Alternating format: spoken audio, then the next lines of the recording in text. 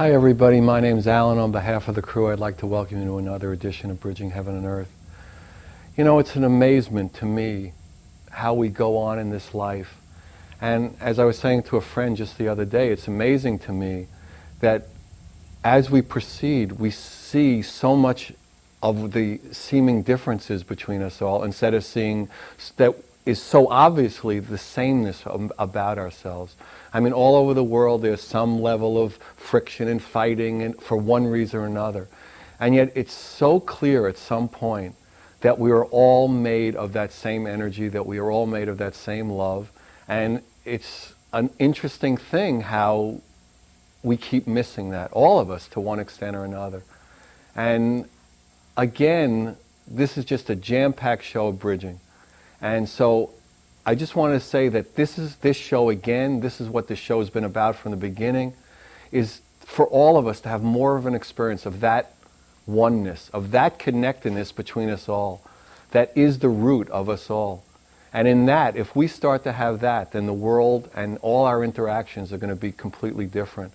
And another thing I wanted to say at the open was we've been talking a lot about the Bridging Heaven and Earth Foundation, the things we want to do and get the show on in all the cities we're not in. We're on in over 40 cities now. We want to get all the shows digitized and on the internet. We want to get a retreat and communication center with TV studios, radio stations, recording stations, just to serve that light, to serve that energy. And so many people have been contacting us to try to participate with us and to collaborate with us in making that a reality. I just wanted to thank everybody publicly for all their support and all their love. And it's an inclusionary thing, and anybody can bring their consciousness and love and dedication to making that dream of spreading that vibration of love, of oneness. So tonight's show is just going to be jam-packed with information, with vibration, and with experience of that connectedness. We have with us Claire Heartsong, who's been a great friend of Bridging from the very beginning. She's been on probably more than any other person. She's on the board of advisors of the Bridging Heaven and Earth Foundation. She's a marvelous spiritual teacher. She's an author of an extraordinary new book, Anna, Mother of Mary, which is the grandmother of the Christ, of Jesus the Christ. And just has extraordinary information to share with all of us tonight, and more important, has that vibration to share with us all tonight. And then we have with us Cecilia, who's a first-time guest and hopefully will be come and share with us her glory again and again. She's an amazing singer. Technically, her voice is just extraordinary. But to me, the most important thing is that vibration of love and harmony and dedication to that oneness that comes through on every song. And she has 4 CDs out: Voice of the Feminine Spirit, Voice of Violet 19, Inner Harmony, and she has a new CD that's coming out, or is out now, and will be, I guess, all over the radio pretty soon, Let There Be Peace on Earth, which is obviously a novel idea, and probably it's about time we proceeded that way, I would think. So the show is just, again, available for us to have more of that experience, to know that truth. The truth behind it all is that we are all the same love. So we're going to start tonight's show with a little meditation, and then Cecilia is going to come on, and then Claire. So join me in a short meditation. If you don't know how to meditate, just relax, settle in, let the next 57 or so minutes take you to a new level. So please join me.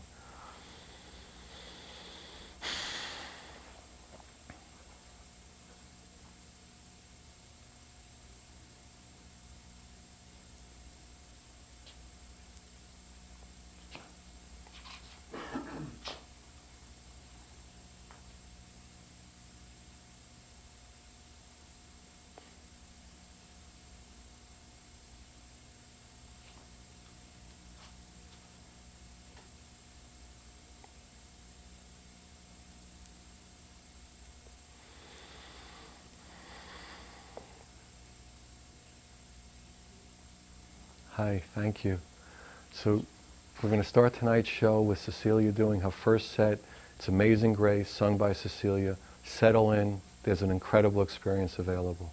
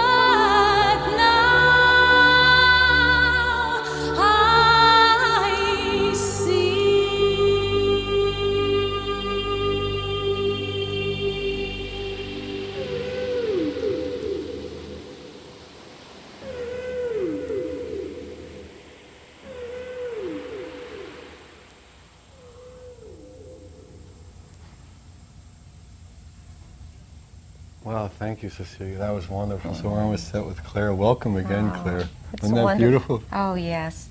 It's truly magnificent to be in co-creation with Cecilia. It's a great blessing. Yeah, it's always to be here on the show, Alan. I know, it's really beautiful. Thank you. Yeah, thank you. So how do you get information from Jesus' grandmother? Why don't you explain that to people who are not so familiar with the process as we are here?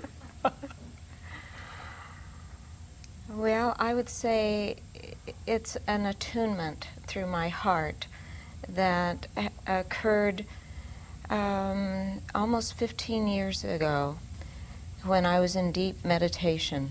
And Anna came to me in that experience and began to share her story, her life. And she actually said, "My name is Anna, yes. And I am the mother of Mary." I am the mother of Mary. Wow. And you know me as the mother of Yeshua, or Jesus as the world primarily knows him. And while I honor that name, which comes from the Greek, my preference is to refer to this beloved brother as Yeshua, his Aramaic name.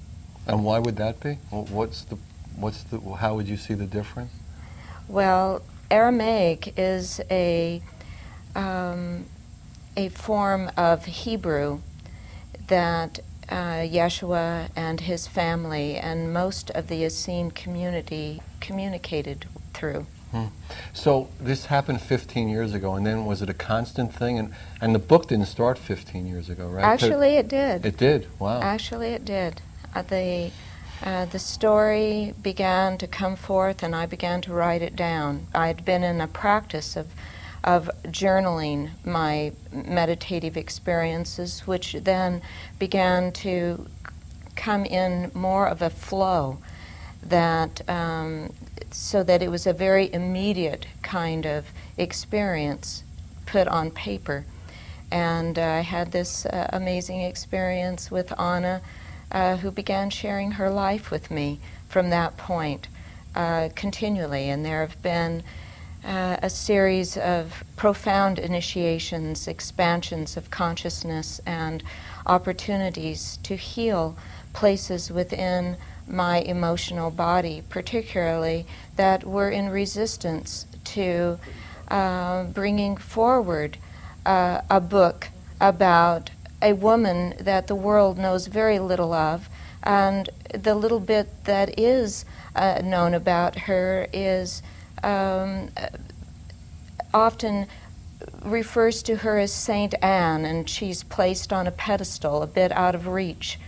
And so Anna has come forth at this time to share with humanity a different understanding of what has been termed as the Holy Family, and to assist us to understand that we all are a one Holy Family, and that the journey of the Christ that was demonstrated so profoundly 2,000 years ago has set a tone and an example for all of us at this particular time.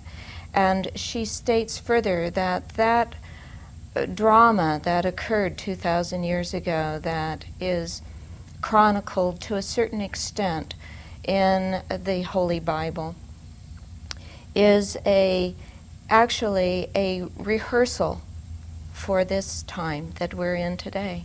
And that rehearsal is going to be that there's not going to be like one being having that Christed or that transcendental experience, but that many, many, many people will have and bring us into a new age. Is that? Indeed. And in fact, there were a number of individuals, not nearly as many as there will be at this time.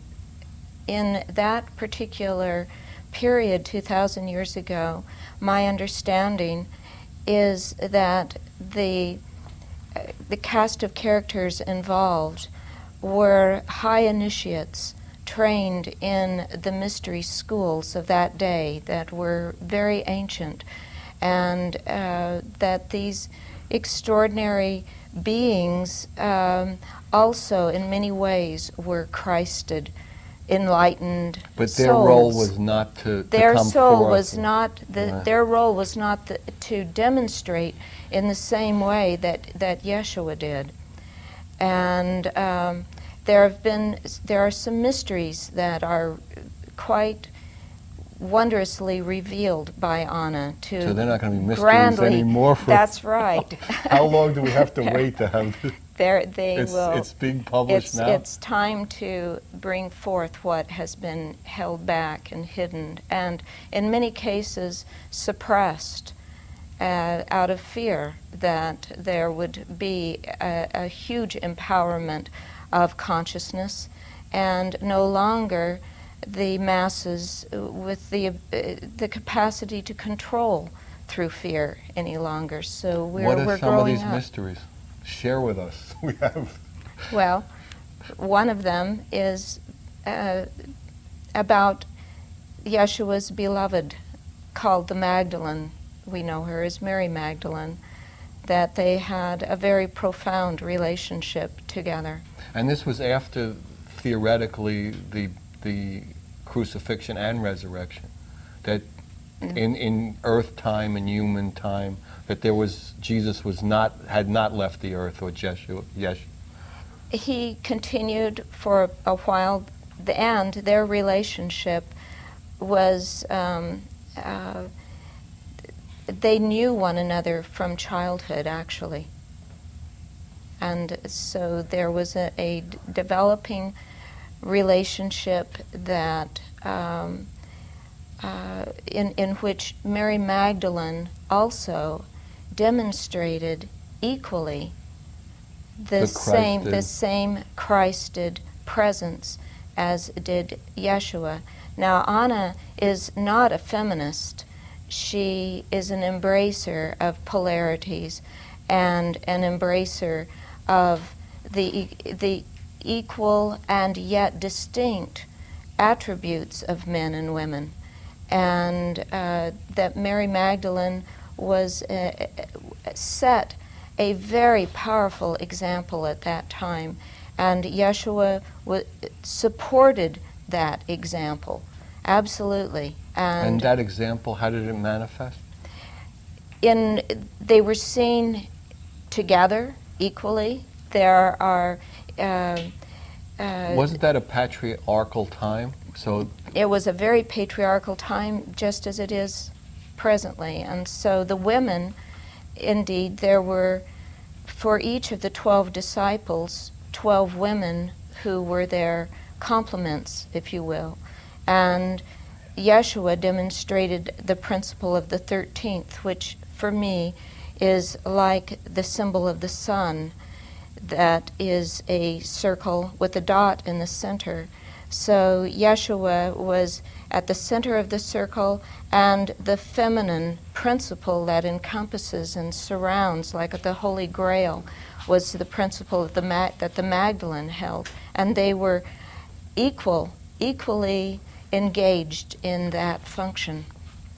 And one couldn't do it without the other, because they were parts of a one. Exactly. They were whole within themselves, and they set and demonstrated that principle of divine and sacred relationship. And why has that been not revealed or suppressed? Because of the nature of power and the nature of fear in patriarchal society? Yes, and there has been for quite some time a great deal of unawareness and lack of embracing within our consciousness of the powers of the feminine, of that ability to go deep, deep into the intuitive unknown, that which would appear to be the dark side of the moon, and to have the ability to know and embrace the seemingly unknowable, undefinable, uncategorizable, which is the function of the masculine, to shine its light, to bring forth a radiance that is equally divine, yet the energy of the moon in its lunar reflective absorbing embracing capacity is equally divine and required. Can anything be out of the divine? No thing at all. Right. It is all divine. Right. So I mean, it's just our misconception of the divine and our seeing the exactly. duality. Right, and that choice to, and duality is equally divine. Right. And we're at a point now where all of the wisdom that has been garnered over the eons through the experience of the illusion of separateness from one another, and to be in a conflictive relationship with the opposite polarities, it's time for that wisdom and the compassionate love that has emerged out of our experience to be truly exercised and demonstrated, just as Yeshua and Mary Magdalene and the disciples at that time demonstrated to humanity, and to assist the institutions that have served very well, and yet we've outgrown that. It's time to move on to a whole new experience. And which institutions are you referring to, like countries and religions and things like that? Everything that has created boundaries and held on to a divisive, conflictive control through fear. Yeah, rather than an expression of love. That'd be nice. Here we- That'd be very yes. cool. So, and how does your information come that we are proceeding in that way? I mean, and ultimately that is what is the destiny of it all. I experience that is our core nature, and that once we are ready to allow for the games, the dramas that we've been playing all this time, it's enough, it's finished, and to simply return to who we already are and relax and open and reveal and be that love. It's very simple. Yeah, I know. I mean, actually, we wrote a song. You've heard it. Yes. We can try too hard when it's easy. Yes. You know, make a lot of effort fussing Yes. around all over the You're place. right. And but it's interesting. But to be able to relax into that experience seems to take a lot of work, or it had up until now.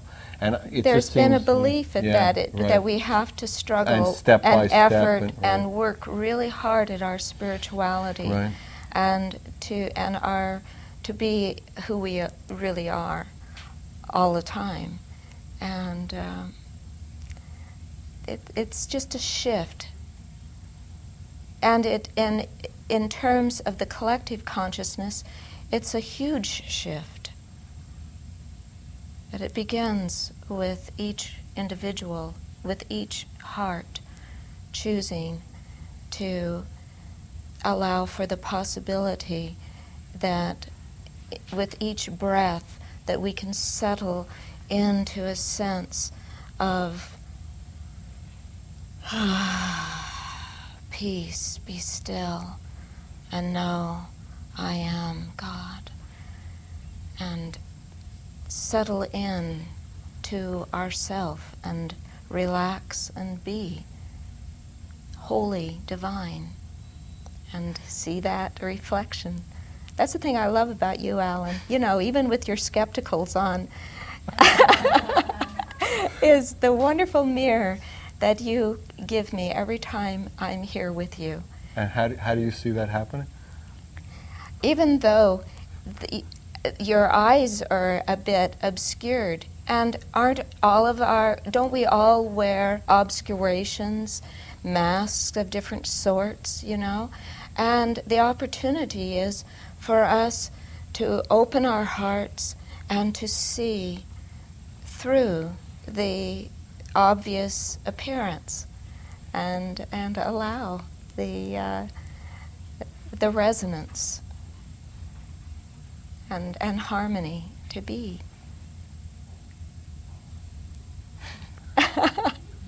And to laugh and love more. I still continue to love and appreciate the flow of energy that I experience with my Hathor buddies, and we've brought forth the Hathors before, and we've facilitated some Hathor sounds and tones, and together, and that has been an awesome experience. Yes, and and what great. they would say to humanity at this time is, let us laugh and love more. And you would think that would be easy. You'd think that, we want so much to be joyful Yes. and loving. Yes. It feels so much better in a Yes. human body Right. than to be fearful and divisive and Yes. hating. And it's a really, it's an choice. interesting thing It how is. it And seems like we need to make the choice of fear, and we seem to make the choice that separates us from Uh-huh. others. Uh-huh. It seems like it. it seems Yeah. that we do that, and we can make a new choice in any now moment. So, this book, we were talking earlier, is a large book, and there's just a tremendous amount of information. Yes. And so we're going to go to Cecilia's second set in like a minute or two. Why don't you set the tone for what we'll talk about after All that right. set? Well, when we come back, I have completed now 45 chapters, and after that, there will be a sequel to this book. And so it takes Anna's life as a physical immortal adept, and her experiences in Palestine, and particularly Mount Carmel, and her experiences in Egypt, and then back in Mount Carmel, creating with two husbands the children who, including Mary, and the various cast who will facilitate the Christ drama. And the book will conclude, or does conclude, with after Yeshua's resurrection and ascension process, and then the family moves on to France and to Britain. And all these stories have pertinence and immediate information available for... Absolutely.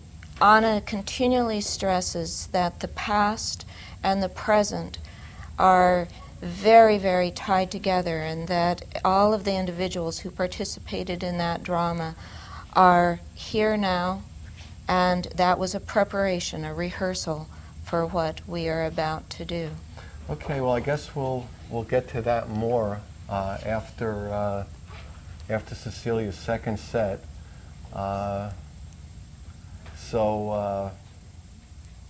It's just an extraordinary time for us all. We're talking to Claire, and we've heard Cecilia do one song. Now we're going to hear her do two more. We're going to hear her do Tribute, which is written by B. Warren and A. Newitt, and Cecilia's going to sing it. And then this is on her new CD of the same name, Let There Be Peace on Earth. It was written by S. Miller and T. Jackson, and Cecilia's going to perform it. So it's going to be Tribute and Let There Be Peace on Earth.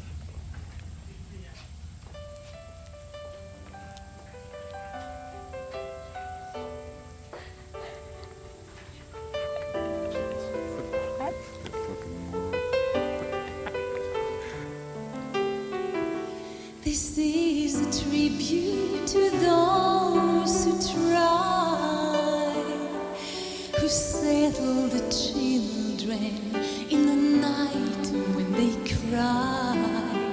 This is a tribute to those who try, whose dreams never tire, who work so inspired, who reach for the sky. This is a tribute to those who are strong, who must strive every moment, whose days seem so long. This is a tribute to those who must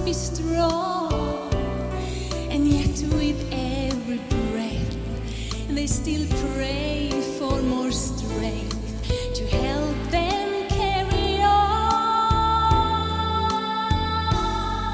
Yes, they go on and on and on, even when all hope seems gone. Yes, they go on and on and on and on, looking forward toward the sun.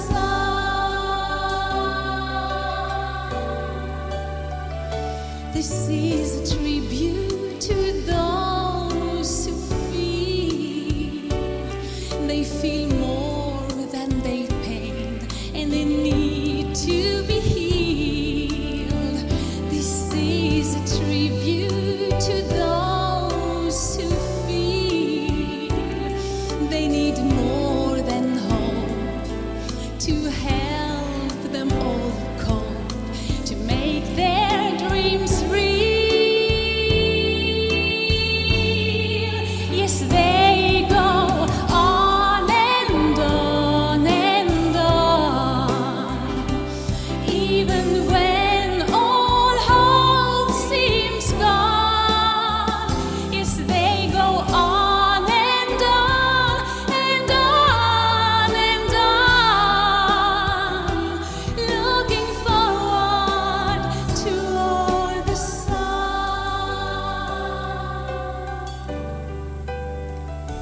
This is a tribute to those who dare. They dare to be different, to show that they care. This is a tribute to those who dare.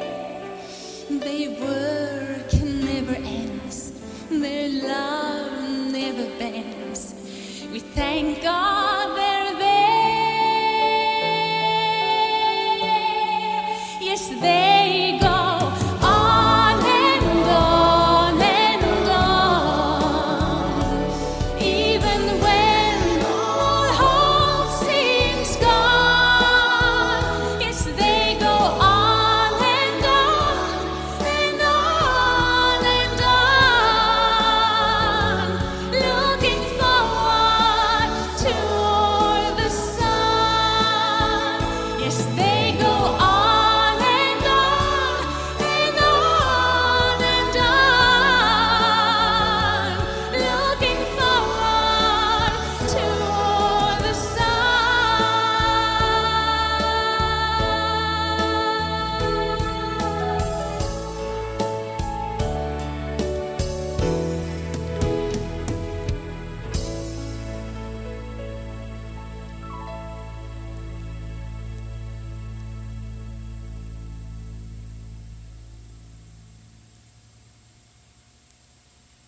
So this last song that I'm gonna sing today, it's very special for me, and even more so right now.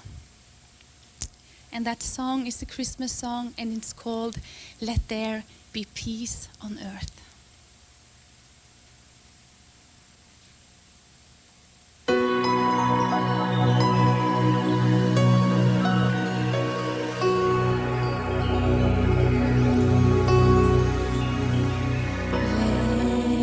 Let there be peace on earth, and let it begin with me.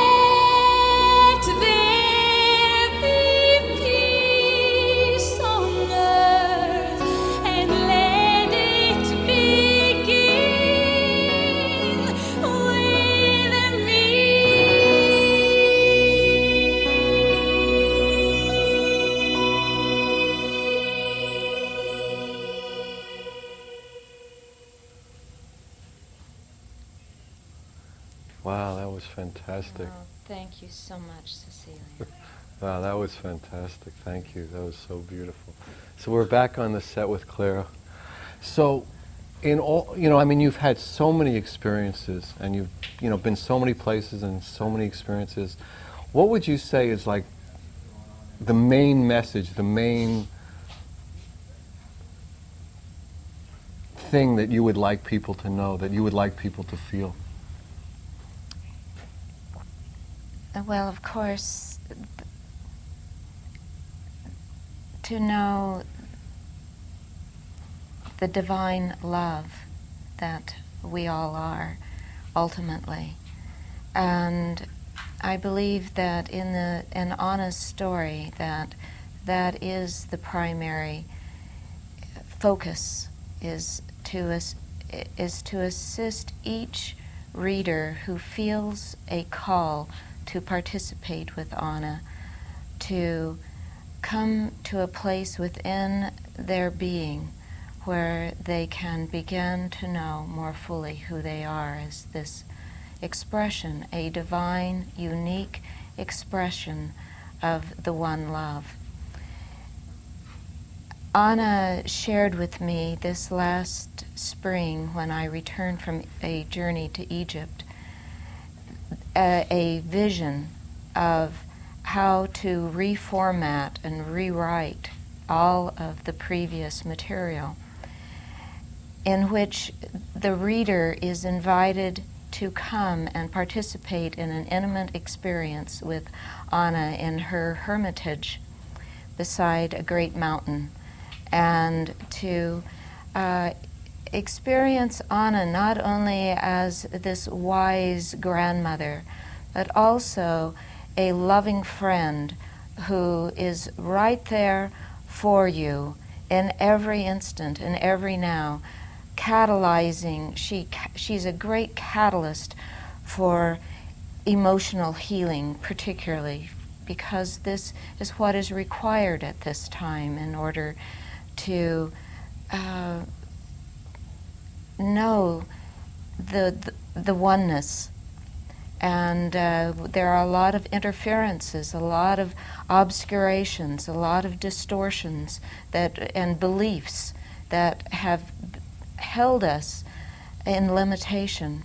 And so very gently, very compassionately, and with, yes, a great deal of authority, Anna holds this immaculate place within her own self, and in a very allowing way continues to invite the reader to come forth and remember the Christ drama that is actually imprinted in the DNA and the atomic structure of all life on the planet.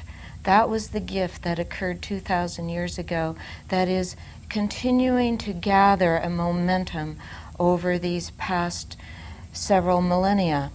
And we're now at a critical time of consciousness coming to a focus, an exponential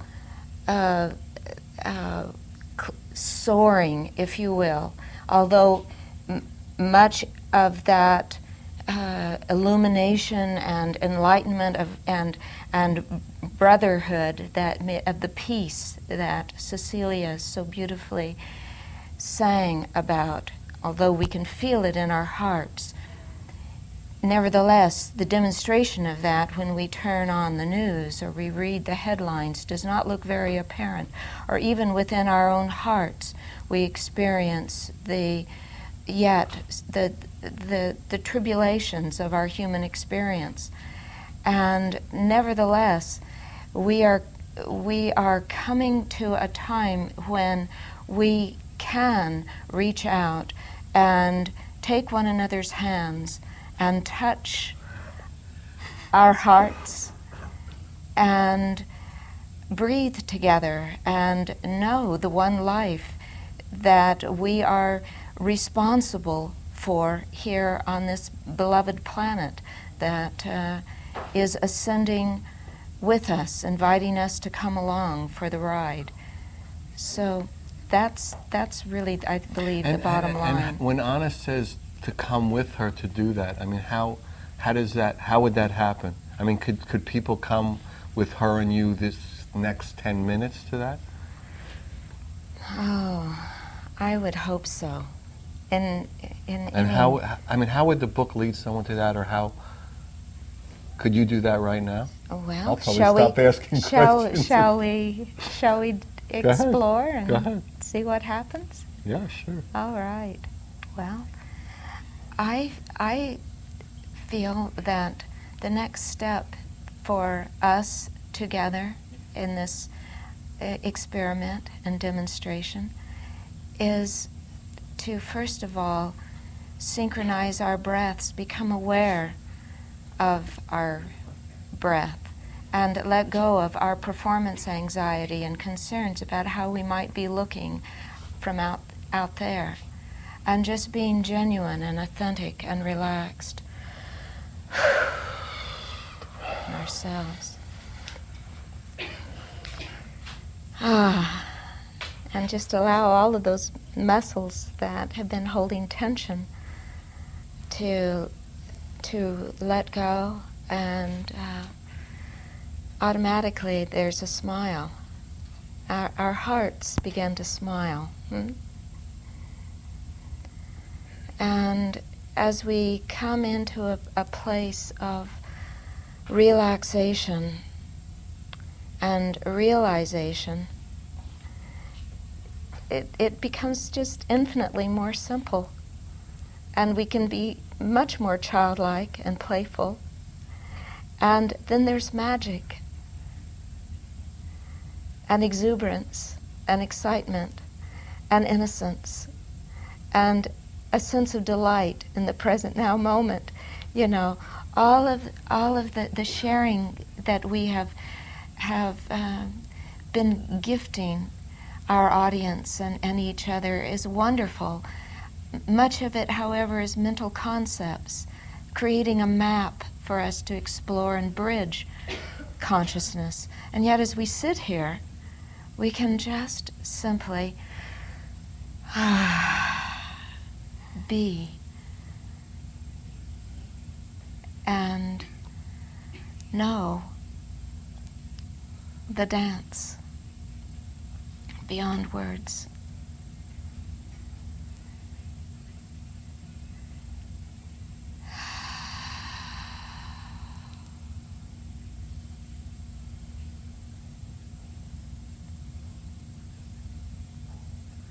And feel that peace.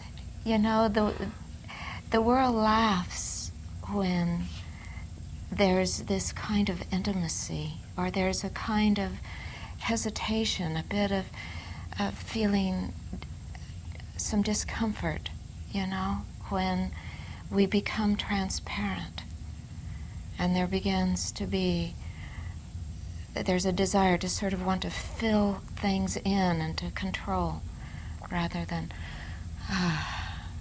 So I believe that Anna, with the written word and the spoken word, couches within that expression this same unnameable quality of the divine that we just, for an instant, one holy, eternal, infinite instant, captured there.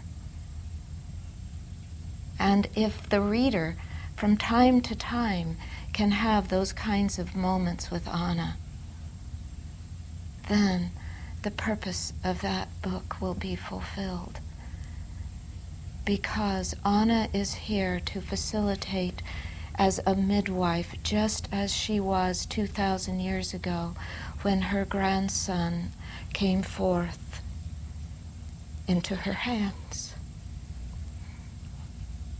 She received this one who had been long awaited and promised and prepared for. She had given her entire life for that moment, and for the succeeding moments to be an example and a teacher and a support to him, assisting him and Mary Magdalene and other children who were light conceived at that time, to hold impeccably in an inviolate way the truth of our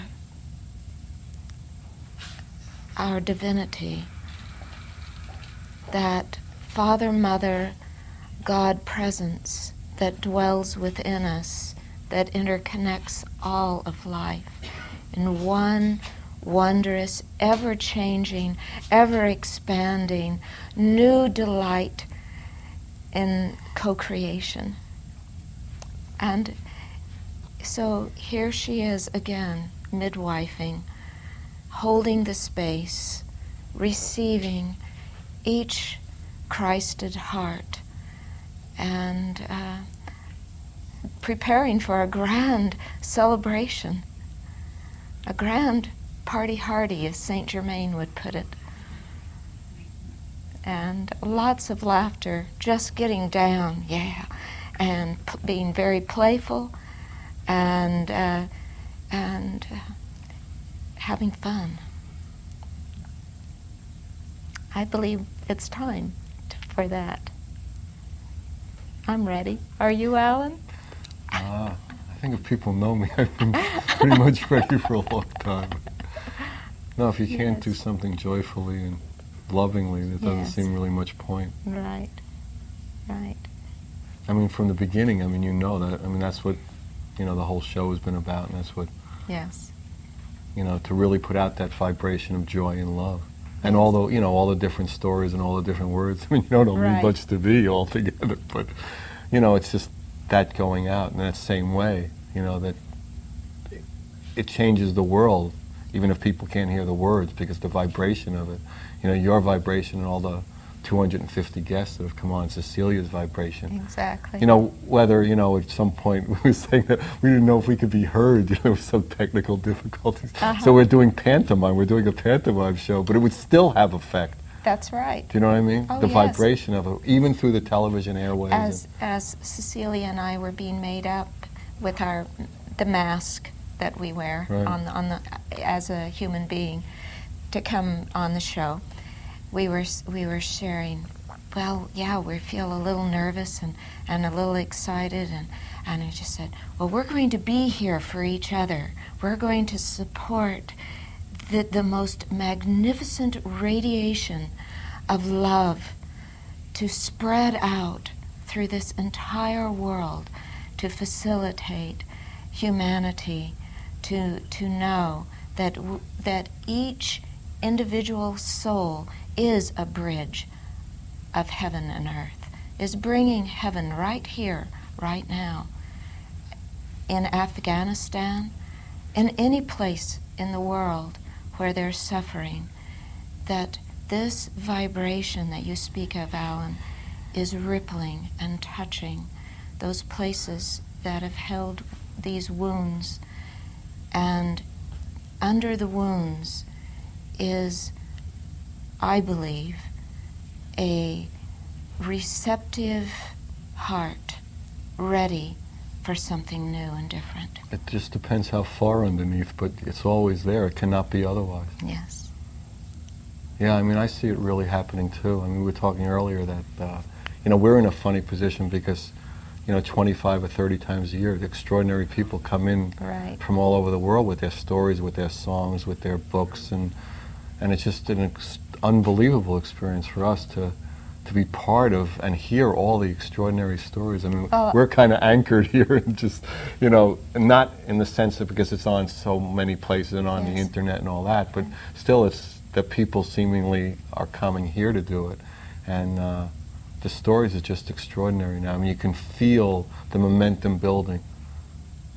And it's really a wonderful thing. Yes, so I thank you again for the wonderful service that you're rendering for all of life. And I congratulate you on this 130th show.